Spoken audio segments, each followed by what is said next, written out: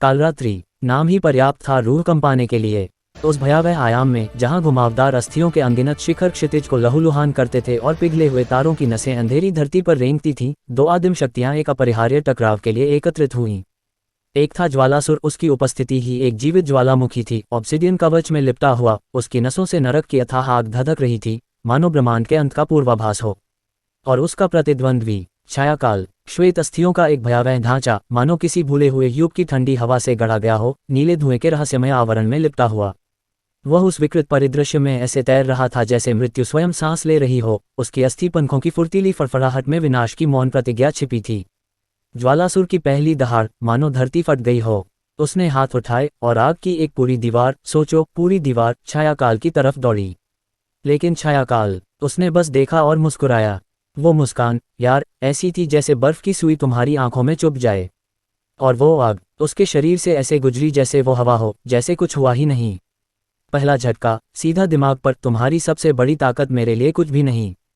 फिर छायाकाल बिजली की तरह झपटा, उसके हड्डियों के पंजे नीले धुएं के निशान हवा में बनाते हुए ज्वालासुर के ऊपर मंडराए।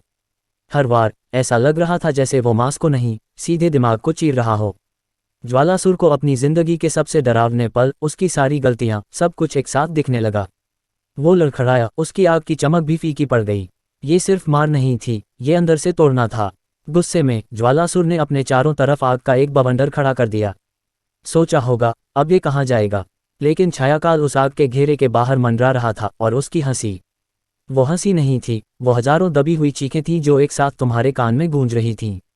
उस आग के बीच वो हंस रहा था, मानो कह रहा हो, तुम्हारी आग मुझे जला नहीं सकती, लेकिन मेरी हंसी तुम्हें पागल कर देगी। और फिर छायाकाल ने कालरात्रि को ही मोड़ना शुरू कर दिया। वो जो हड्डियों के पहाड़ थे, वो अचानक भयानक जीवित चेहरों में बदलने लगे। उनकी आंखें घूर रही थीं, उनमें सदियों का दर्द भरा था। और वो पिघले हुए तारे, वो ठंडी चमकती हुई आंखें बन गए जो ज्वालासुर को हर तरफ से घूर रही थीं। ज्वालासुर अपने ही बनाए हुए नरक में फंस गया, उसका होश ठिकाने नहीं रहा। ये तो कमाल की चाल थी, तुम्हारे अपने डर को तुम्हारे खिलाफ हथियार बना दिया। लेकिन ज्वालासुर हार मानने वाला नहीं था। उसने अपनी सारी आग को एक छोटे से बिंदु पर इकट्ठा किया, एक ऐसा जलता हुआ तारा बनाया कि आसपास की हवा भी कांप उठी। और उसने वो जलता हुआ गोला छायाकाल की तरफ फेंका। छायाकाल ने अपनी हड्डियों को ऐसे घुमाया जैसे वो कोई अजीबोगरीब नृत्य कर रहा हो, और नीले धुएं की एक दीवार खड़ी कर दी। वो तारा उस दीवार से टकराया, लेकिन पिघलने की बजाय वो धुएं में समा गया, उसकी सारी गर्मी सोख ली गई। ये बचाव नहीं था, ये जादू था। जैसे उसने ज्वालासुर की सबसे बड़ी ताकत को पल भर में गायब कर दिया। और फिर छायाकाल का आखिरी दांव, उसका पूरा शरीर हजारों तेज हड्डियों के टुकड़ों में टूट गया, जो हवा में ऐसे घूम रहे थे जैसे मौत के पंख हों। और हर टुकड़ा एक फुसफुसाहट लेकर आ रहा था, ज्वालासुर के कान में उसकी हर हार, हर नाकामी की कहानी सुना रहा था। सोचो, तुम्हारे पुराने घाव ही तुम्हें मार रहे हों। वो हड्डियों के टुकड़े ज्वालासुर से टकराए, उसके काले कवच को चीरते हुए, उसकी आग को हमेशा के लिए बुझाते हुए। वो घुटनों के बल गिर पड़ा, उसकी आंखें खाली थीं, उनमें सिर्फ हार का अंधेरा था। छायाकाल उसके ऊपर झुका, उसकी ठंडी धुएं वाली उंगलियां ज्वालासुर के चेहरे को छू रही थीं। तुम्हारी शक्ति एक धोखा है, छायाकाल ने फुसफुसाया, उसकी आवाज ठंडी हवा की तरह थी।